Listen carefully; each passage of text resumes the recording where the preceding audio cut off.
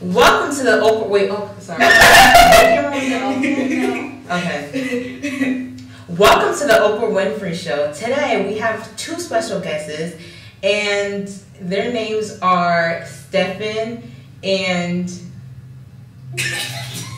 Suzanne Calvin. So today they're walking.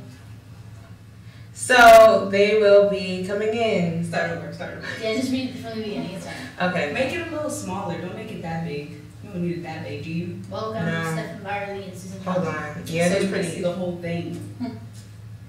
Alright, I have to go run to my car for a second. I'll be right back. Are you guys Mirror. okay? Can Lena restart this? No, it'll cut. You can just take the footage and cut it. Yeah, we need our bloopers. They can hear us. Wait. I'm really gonna do it.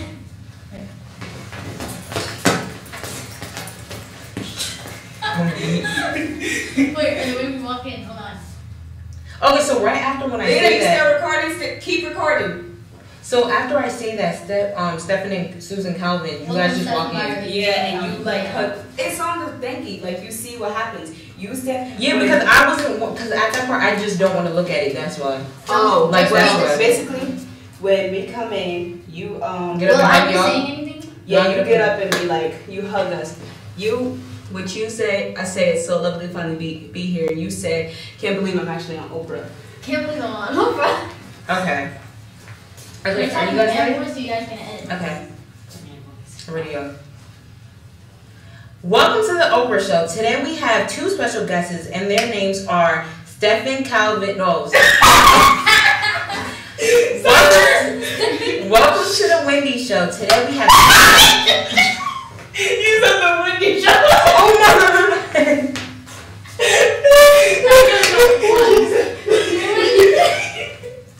Hello guys. This afternoon we have two special guests. Oh. No, restart because I was laughing.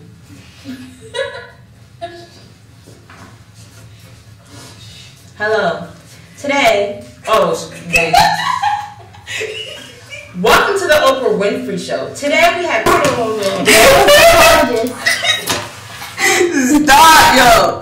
It's amazing to meet a famous robot psychologist. Robo psychologist.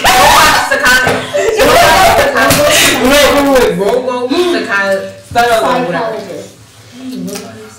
Just say robo. Robo psychologist. Psychologist. Oh my god, restart. Just say, you know what? Edit the script and write humanoid, because you just gonna keep Humanoid. humanoid. There's so many bloopers already. Honestly. Alright. She isn't wrong, but I agree with her. Us robots are coming into your world, but we don't have to be against each other. We can just assist each other. How so? You guys teach us your human ways, and we'll help with technology. Okay, let me just read that line again, because you're going to have to cut to that, because I didn't know the script. I didn't know it either. I just wrote it. Well, Robbie, he was the first robot ever made. I didn't actually had experience with him, but I remember being at a museum and there was an exhibit with like a robot exhibit, and there was this little girl and she kept talking to the robot about Robbie until like the robot exploded. I didn't know who a Robbie was, but all I know was that there was never any problems with him. He followed all three of the rules. He was perfect. Wow.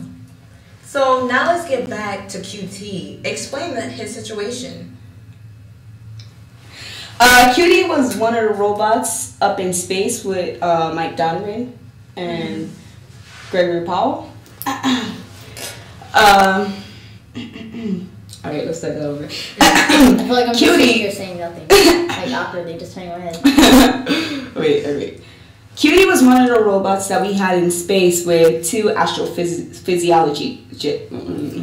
Cutie was one of the robots that we had in space with two astrophysiologists, Mike Donovan and Gregory Powell. They built Cutie, but he had a mind of his own. He was the first robot to ever be curious about something. They had a few problems with him defying them and him being the leader of the rest of the robots in space, but it all worked out. That's really interesting. There was a big difference between both robots. Now, to the question everyone's been waiting for. How did you meet Mr. Stephen Byerly? When I met Mr. Byerly, he was only a district attorney. One of the scientists, Francis Quinn, had his doubts about Byerly and accused him of being a robot. What did you think? I didn't think anything, really. I didn't have a right to think anything about him. He imitated humans pretty well, and it wasn't like he was doing anything wrong. He was pretty much helping us out, being our district attorney. So how did you guys finally know that he was a robot?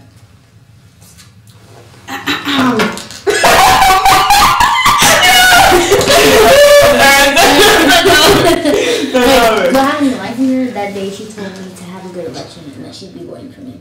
Alright, go. How did you guys finally figure out he was a robot? So how did you guys finally find out that he was a robot? Well, Francis, he still had his doubts, so he told me to get an apple out of my purse and give it to Stephen Byerly because he never saw him eat or drink. So I was ready to go start. Okay. Alright, oh my god. No, that was good. She Wait, went, hold on. Let me know what you had to say first.